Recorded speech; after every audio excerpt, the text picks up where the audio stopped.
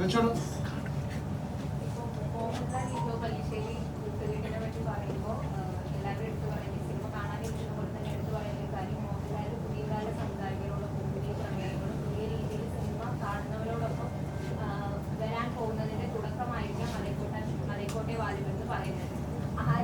ഇത് പുതിയ കഥയല്ല, പഴയ കഥയല്ല.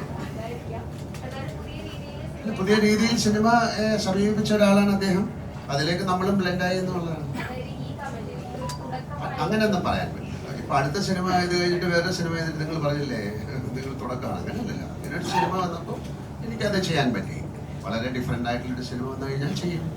നമുക്കും കൂടെ താല്പര്യം പറഞ്ഞല്ലോ. ഇപ്പൊ നമ്മളോട് പലരും ഒരു കഥ വന്ന് പറഞ്ഞിട്ട് അത് ഇഷ്ടമായില്ലെന്ന് പറഞ്ഞാൽ ദേഷ്യപ്പെട്ടിട്ട് കാര്യമില്ല. നമുക്കൂടെ ഇഷ്ടം, നമുക്ക് തെറ്റുകൾ പറ്റാം. നമ്മൾ ചില തിരഞ്ഞെടുക്കുന്ന കഥകൾ ശരിയായി എന്നില്ല.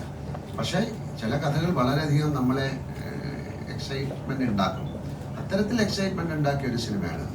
പിന്നെ അവിടെ ചെല്ലുമ്പോൾ ആ സിനിമ വീണ്ടും വളരെയധികം നന്നായിട്ട് ഗ്രോ ചെയ്യുമ്പോൾ നമ്മളും അതിലേക്ക് അറിഞ്ഞോ അറിയാതെയോ വിട്ടുപോവുകയാണ്. അപ്പം ആ ഒരു പെടൽ അത് വളരെ ബ്യൂട്ടിഫുൾ ആയിരുന്നു. അപ്പം അതുകൊണ്ട് നല്ല സിനിമയാണ്. അതുകൊണ്ട് ഇനി വരുന്നതെല്ലാം മറ്റേ മലൈക്കോട്ട വാലിബൻ പോലെയുള്ള സിനിമയാണെന്ന് പറയാൻ പറ്റില്ല.